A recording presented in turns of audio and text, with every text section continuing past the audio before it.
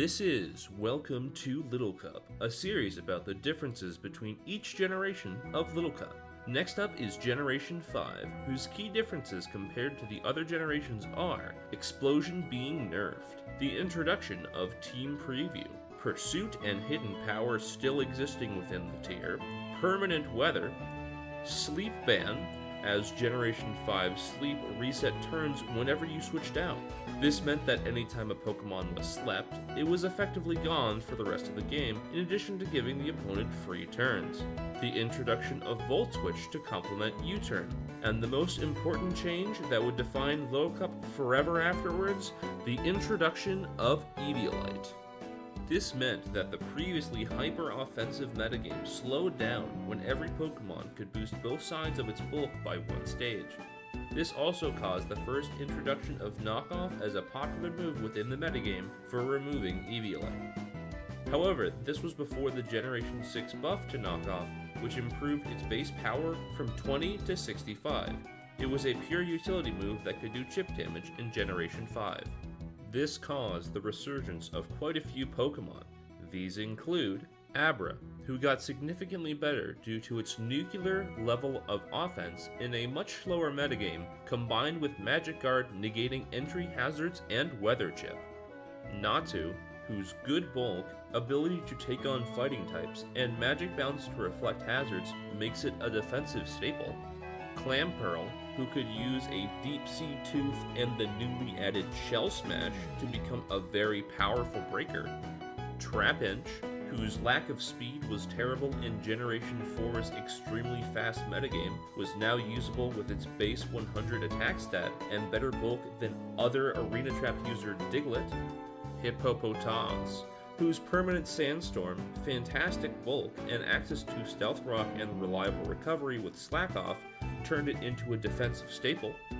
Snover, whose ability to summon Hail worked very well to chip down the opponent with a good typing, which allowed it to hit much of the tier super effectively with Stab, Blizzard, and Giga Drain. And Porygon, whose fantastic stats, access to Recover, Thunder Wave, and Toxic made it an extremely reliable wall on either of the physical or special side. There was also the introduction of a bunch of staple mons, such as Mienfoo, who can play every single role possible. It has offensive pressure thanks to high jump kick, can pivot in threats with U-turn, has utility with knockoff, and has an expansive move pool with access to Stone Edge, Drain Punch, Fake Out, Taunt, and acrobatics to customize its role even further. This combined with good defensive stats and Regenerator healing 1/3 of its health when it switches out means that there is rarely a game where it does very little to nothing. Choice Scarf Reckless was also a viable option, making it an extremely threatening powerful Scarfer that made high jump kick even more threatening. Timber, whose natural bulk and access to both Drain and Mach Punch gave it lots of utility on baseline, which is further bolstered by Payback to hit ghost types, in addition to the possibility to sweep late game via bulk up. Vullaby, due to its access to both physical and special attacks, special was preferred due to Stab, Dark Pulse, and Air Slash, with access to Heat Wave and Nasty Plot, making it very hard to wall. Physical was niche but effective due to Brave Bird's base power with the cost of its recoil, and Weak Armor boosted its speed after taking a physical attack, allowing it to outspeed foes without needing a Choice Scarf.